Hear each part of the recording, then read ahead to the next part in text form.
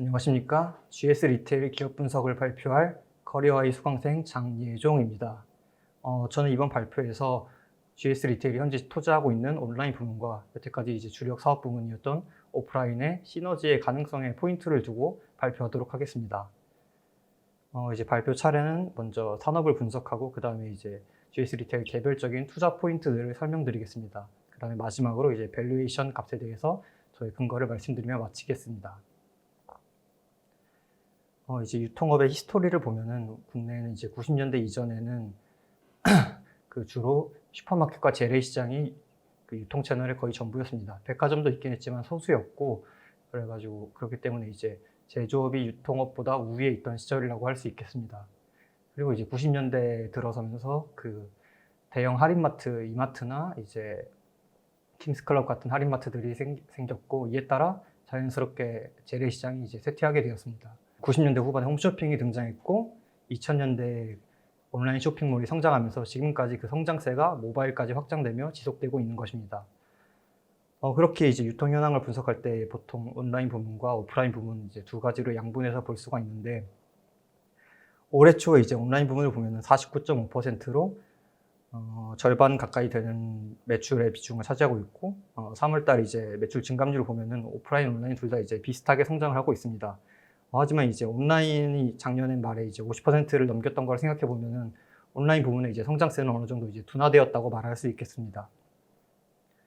그리고 이제 오프라인 업태별 매출 증감률을 보면은 편의점이 11.5%로 이제 가장 높은 증가율을 보이고 있습니다.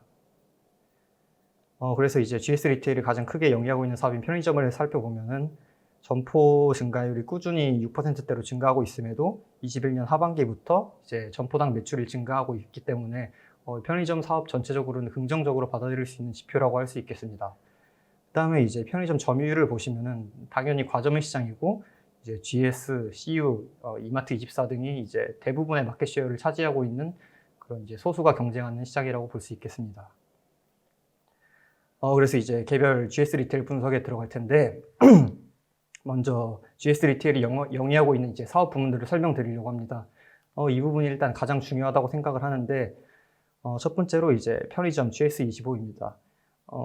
GS 리테일 그 영업이익의 100% 이상을 차지하고 있을 정도로 이제 캐시카우로 볼 수가 있고, 여기서 나는 이익이 이제 다른 투자하는 사업 부분으로 흘러 들어가기 때문에 GS 리테일을 어느 정도 이제 견인하고 있는 그런 가장 중요한 사업 부문이라고 할 수 있겠습니다. 이제 두 번째가 이제 GS 더 프레시로 이제 기업형 슈퍼마켓인데, 이 기업형 슈퍼마켓을 이제 출점할 때부터 좀 어느 정도 논란이 좀 있었지만 현재는 성장성 또한 이제 별로 좋지는 않은 상황입니다. 이제 온라인 식품 부문이 있고 편의점이 있는데 이제 그 사이에서 샌드위치 돼가지고 그 성장성이 사람들이 이용하는 그 빈도가 높지 않고 성장성이 어느 정도 멈춰 있는 그런 고인 산업이라고 볼 수 있겠습니다.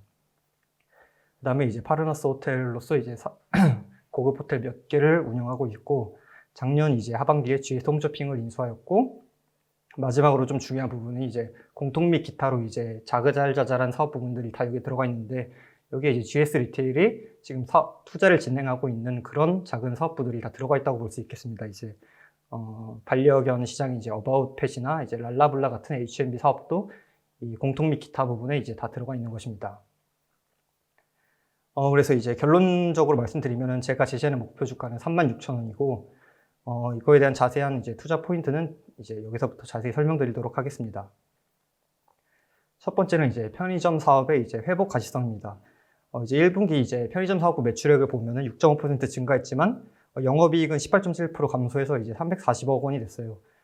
이거를 이 18.7% 감소한 게 액수로 보면 이제 78억 정도인데, 이거를 좀 자세히 따져보면 이제 인건비 상승이 있었고, 또 이제 어플 개발을 위한 그 외주 수수료비, 그다음에 이제 물류비, 그리고 이제 진단키트 1, 2월에 이제 진단키트가 이제 과수요됨에 따라서 이 물류 옮길 게 부족하니까 이제 외주 물류를 맡김으로써 이제 거기서 추가적인 비용이 발생했다고 볼 수가 있겠습니다. 근데 여기서 인건비는 뭐 하방 그 경직성이 있기 때문에 좀 내려올 방향이 없다고 생각하더라도 나머지 부분은 이제 좀 비경상적인 부분이기 때문에 차후 비용적인 측면에서 어느 정도 개선이 될 것으로 보이고, 그 다음에 이제 이 아래 도표 9의 이제 구별 편의점 점유율을 보면은 굉장히 많은 이제 부분에서 이제 GS25가 압도를 하고 있습니다. 이거를 보면 이제 거리두기가 아무래도 그 사람이 많은 곳에서 조금 더 조심해야 되고 그러는 제도였기 때문에 이런 서울에 편의점이 많은 GS로서는 거리두기에서 피해를 많이 본 상황이라고 할 수가 있겠습니다. 그만큼 이제 리오프닝이 됨에 따라 더 수혜를 받을 수 있는 업종이다라고 저는 이제 생각을 했습니다. 그리고 이제 7월 달에 이제 박재범 씨가 런칭한 이제 원소주가 GS25에서 독점 판매하기로 했다는데 어떻게 보면은 그냥 하나의 호재성 이벤트로 볼 수도 있겠지만 전체적인 GS 리테일을 이끌어가는 사업부로서 이런 호재성 이벤트도 굉장히 중요한 부분이라고 저는 생각을 합니다. 그렇기에 이제 이 쿼터 이제 2분기 매출 성장률을 7.5%, 3분기를 10%로 저는 예상을 하였습니다. 그 다음에 이제 두 번째 포인트가 이제 계속 말씀드리던 온오프라인 커머스의 이제 시너지인데 이거를 통해서 이제 디지털 부문과 이제 전체적인 사업의 수익성을 개선할 수 있을 것이라고 저는 생각을 했습니다. 우선 작년에 이제 김포 온라인 물류센터를 열었는데 이게 이제 올해 1, 2월부터 이제 어느 정도 작동이 시작했고 가동이 시작했고 3월부터 정상적으로 돌아갔는데 이것과 관련해서 이제 처음이니까 이제 쿠폰을 발행했는데 그게 이제 일단 이 기타 및 공통 부분에서 이번 1분기에 적자가 500억이 났어요. 영업 손실이. 이거를 좀 파헤쳐 보면 아까 말씀드린 그 쿠폰비 80억, 또 이제 관련해서 이제 물류비 있고 인건비 있고 또 이제 GS 홈쇼핑 인수하면서 홈쇼핑이랑 프레시몰 합병하는 과정에서 이제 앱 개발 그런 외주 수수료비도 들어갔기 때문에 여기서는 어느 정도 다들 계속해서 투자가 돼야 되는 비용이라고 생각했기 때문에 쿠폰 쪽에서 어느 정도 이제 개선 여지가 있다고 저는 생각을 했습니다.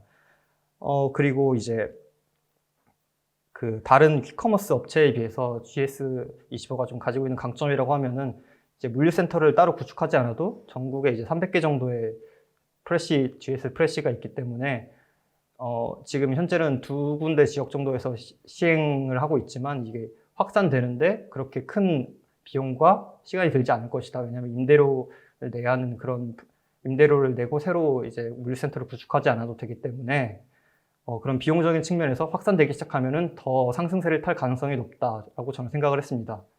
그리고 이제 MAU라는 지표가 있는데 이제 단순한 회원가입자 수가 아니라 들어와서 얼마나 활발하게 활동을 하는지 이제 그런 유저를 보는 것인데 작년 대비해서 이제 15만 명 증가를 했다고 하고 3월 달에 이제 이런 온라인 쪽 관련해서 80%가 매출이 증가했고 4월 달에 60%가 증가했다고 하니까 업황적으로 이제 성수기인 2, 3분기에 이제 조금 기대를 해볼 수 있다라고 저는 생각을 합니다. 그리고 이 공통 및 기타 부분에 아까 말씀드린 랄라블라가 있는데 이 랄라블라가 올리브영에 조금 밀리면서 많이 점포수가 이제 2018년부터 지금 절반 아래로 떨어져 있습니다. 여기가 이제 계속해서 이제 적자가 나는 영업 손실이 나는 그런 애물단지 사업부라고 할 수 있는데 이제 계속해서 감소됨에 따라 어느 정도 그런 정리를 하는 모양으로 저는 보고 있고 이 부분이 좀 정리가 된다면 이 공통 및 기타 부분에서 수익성이 조금 더 개선될 수 있다라고 저는 생각을 했습니다. 그래서 이제 실적 추정 및 밸류에이션에 대해 말씀드리자면 일단 매출액 부분에서는 편의점 쪽을 좀 주목해 봐야 될 것 같습니다. 제가 아까 말씀드린 대로 이제 제가 예상하는 거는 2쿼터에 이제 7.5% 성장, 3쿼터에 10% 정도 성장을 한다고 예상을 했고 그에 따라 이제 매출액이 여기서 이렇게 증가한다고 생각을 했습니다. 그 다음에 이제 영업이익 쪽에서는 이제 수익성을 좀 봐야 되는데 영업이익률을 보면은 이제 올해 작년 말부터 이제 공통 및 기타 이제 디지털 부분에 투자를 함에 따라 영업이익률이 마이너스 34%, 마이너스 30% 이렇게 남는데 이 부분이 어느 정도 이제 영업이익의 적자를 피하지는 못하겠지만 이미 투자하고 있는 비용이 너무 많기 때문에 어느 정도 개선이 되다가 이제 조금 상승 반전할 여력을 줄 것이라고 저는 생각을 하고 있습니다. 그 다음은 이제 저의 추정치와 이제 애널리스트 분들의 컨센서스를 비교한 차트인데 어느 정도 유사하지만 이 영업이익단을 보시면은 이번 연도 이제 3분기 보면은 제가 이제 910억 정도를 예상했고 컨센서스에서는 이제 940억을 말하고 있는데 뭐 그만큼 제가 보는 것 이상으로도 시장에서 이 GS 리테일의 그 영업이익적인 개선 효과를 기대하고 있다라고 저는 이걸 보고 그렇게 해석을 했습니다.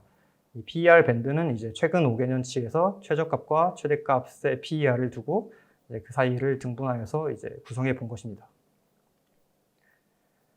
그래서 제가 선택한 이제 밸류에이션 방법은 PER 지수를 활용한 이제 상대가치 평가법입니다.